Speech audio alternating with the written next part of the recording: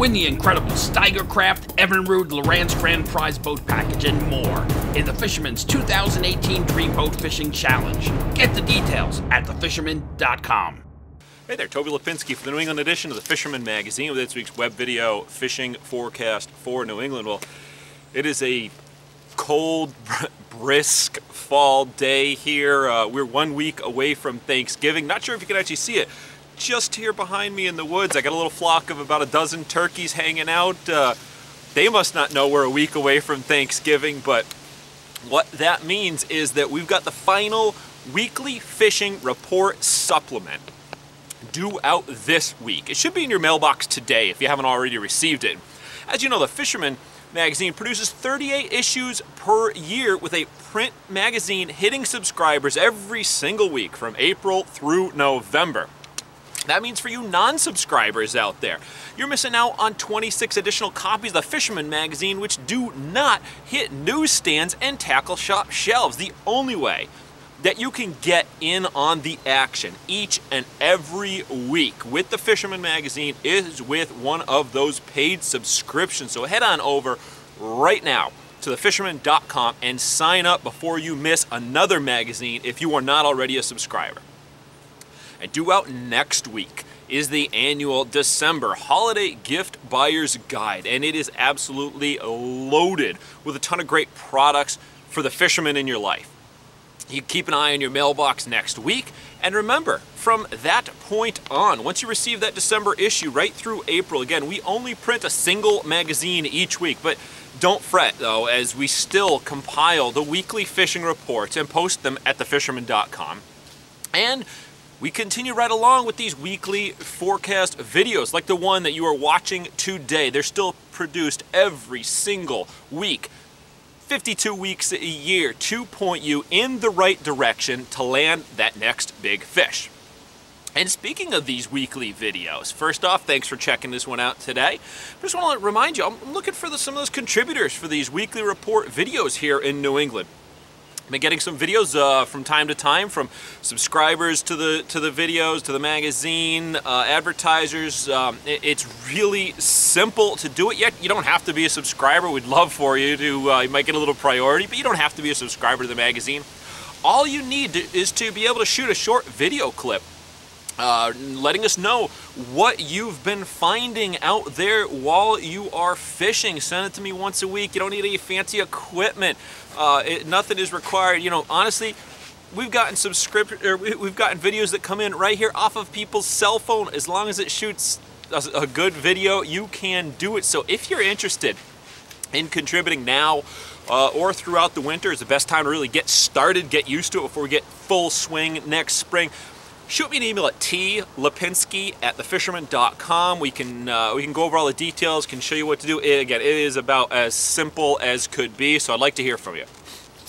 All right, moving on into the reports here for the weekend.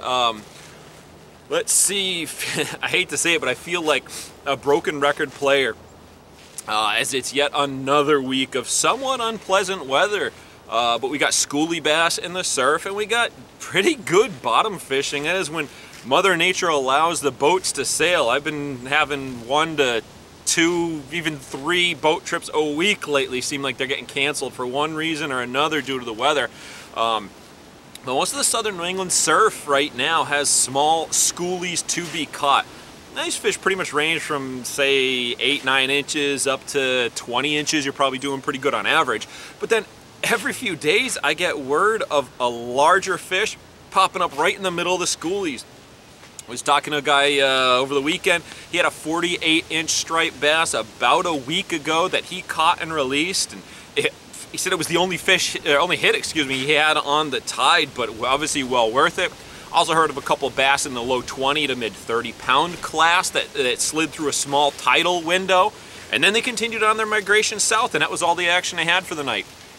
And I gotta say, I gotta fully admit that scraping up the motivation for even one more tide in the surf lately has been difficult, but what keeps me going, what keeps getting me out there is the fact that there are still some bigger fish poking around. So there is still a shot. You could go schoolie, 30-pounder. You just never know this time of year. And there is always at least 1 or 2 giant fish that pop up in the reports. Usually you don't hear about them for a couple weeks because those who catch them fortunately keep the bite a little bit quiet, but they are out there to be had. On the bottom fishing scene, heard from Captain Greg DeBrule once again of the Blackhawk. He continues to bounce between local waters for blackfish and heading over to Block Island when the weather allows for a good mixed bag. He said they've been getting primarily cod and some really big sea bass, but they're also getting some mega porgies and even a few pollock thrown in for good measure. That's an awesome mixture, and like I said, again, those days that he can't get out to Block, he's staying local in the Sound and doing quite well on the blackfish. Speaking of blackfish, over in Rhode Island, the bite has been very good with the protected waters, places like Narragansett, over around Newport, where you can tuck out of the way, up inside the bay, producing some solid fish. Heard from the guys Big Game Fish in Rhode Island. They said they've been absolutely loading up with a lot of their trips having full boat limits already, 2-3 hours into the day, and after that it's just hunting those mega togs. So some really good action coming in over there. And last up, staying on the blackfish front, check out this image of a fish landed by angler Anthony Mega while fishing near Fisher's Island. He sent this in to us here at the Fisherman magazine. While Anthony referred to the fish as an albino blackfish, my unscientific guess here is that it's not a true albino, as it doesn't have the characteristic pink eyes, but exactly what is going on here, I can't say for sure, whether it's some weird mutation, if it's some naturally occurring scenario, the fish showing aggression on the fish. Who knows what's going on here? I don't know quite yet. We're trying to figure it out. But if you do have some guesses, or better yet, if you know for sure, drop a comment down below here on YouTube. Let us know what you think, or always shoot me an email at Lapinski@thefisherman.com. Hopefully get to the bottom of this, and of course, if you've caught any blackfish like this this year or in past years, I would love to see some photos of it, so be sure to shoot me an email as well. All right, well, there you have it. I am Toby Lapinski for the New England edition of the Fisherman magazine, wishing you tight lines if you head out onto the water this weekend.